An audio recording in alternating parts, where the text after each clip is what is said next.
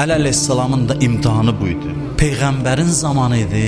Allah soruşur Peyğəmbər vasitəsilə, Əli hazırsan Allah yolunda döyüşəsən? Deyir baş üstə, elə hazıram, döyüşüm, haqq yolunda vuruşum, razıyam tikə-tikə doğranım bu yolda.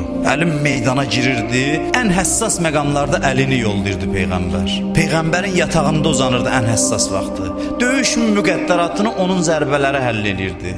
Həmin Əli ki, döyüş meydanında qılınc əlində dincəlir, Peyğəmbər vəfat eləyib. Əli, Zəhranı qorumağa hazırsan, canımı verərəm Zəhranın yolunda. Amma yox, imtihan başqadır, əmr dəyişdi. Hamının gözü qabağında Zəhraya zülm olunacaq, sən gərək səbr eləyəsən. Əli deyir, baş üstə, razıyam. O cihad deyiləyəndə Allaha görədir, sakit oturanda da Allaha görədir. Əsl mömin nümunəsidir. Özdə kimlə sınağa çəkir Allah Əlini? Fatimə ilə. Canından keçmək daha asandır, Fatimədən keçmək çətindir Əliyə.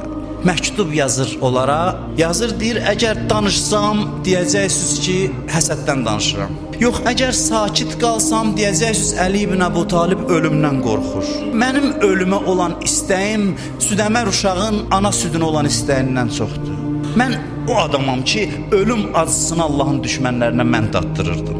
Qaranlıq gecələrdə zülmət fitnəsinin qarşısında düşmənin bayrağın yerə endirən mən olmuşam. Peyğəmbərin üzündən qəmə aparan mən olmuşam. Çünki cihad əmri verən Allahdır, səbr əmri verən həmin Allahdır. Özü deyir, boğazımda sümük, gözümdə tikan olan adamın vəziyyətindəydim. Xutbə oxuyur, biri qalxır, eyvah sən məzlumsan Əliyə deyir, deyir, gəl yaxına, deyim sənə. Deyir, and olsun ki, səhraların qum dənələri qədər məzlumam, mənə zülm olun. Axırda deyirdi, Peyğəmbər vəfat eləyən gündən mən məzlumam.